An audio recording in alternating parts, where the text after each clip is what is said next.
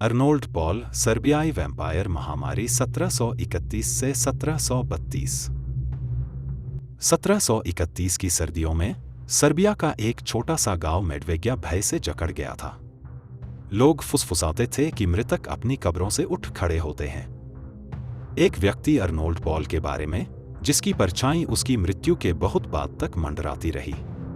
यह कोई साधारण अंधविश्वास नहीं था, यह यूरोप की सबसे कुख्यात वैम्पायर महामारियों में से एक बन गया।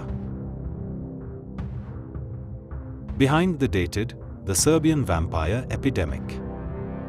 अर्नोल्ड पॉल एक सैनिक था जिसने दावा किया कि उस पर कोसोवो के पास वैम्पायरों ने हमला किया था। खुद को बचाने के लिए उसने कहा कि उसने उनकी कब्रों की मिट्टी खाई और अपने शरीर पर उनका रक्त लगाया।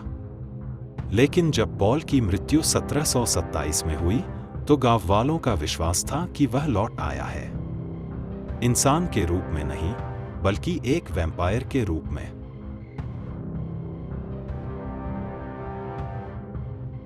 पॉल की मृत्यु के कुछ ही हफ्तों के भीतर गांव वाले रहस्यमय ढंग से मरने लगे। उन्होंने घुटन की शिकायत की, नींद में उन पर हमला होने की बात कही।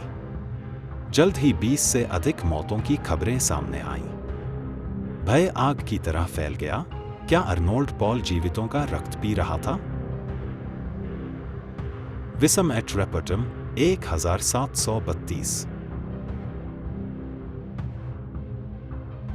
प्रशासन ने ऑस्ट्रियाई सैन्य चिकित्सकों की एक समिति भेजी। उनकी रिपोर्ट, जिसे विजुम एट रेपर्टुम कहा गया, ने वही पुष्टि की जिसका गांव वाले डर रहे थे। शव ताजा, लालिमा से भरे और रक्त से परिपूर्ण पाए गए, मानो वे जीवित हों। ऑस्ट्रियाई अधिकारी कब्रों की जांच कर रहे हैं। महामारी को रोकने के लिए संदिग्ध वैम्पायरों को कब्रों से बाहर निकाला गया। उनके शरीरों में लकड़ी के खूंटे गाड़े गए, उनका सिर काटा गया और उन्हें जला दिया गया। वैम्पायरों को नष्ट करने के विशेषज्ञ के रूप में जिप्सियों को भी बुलाया गया।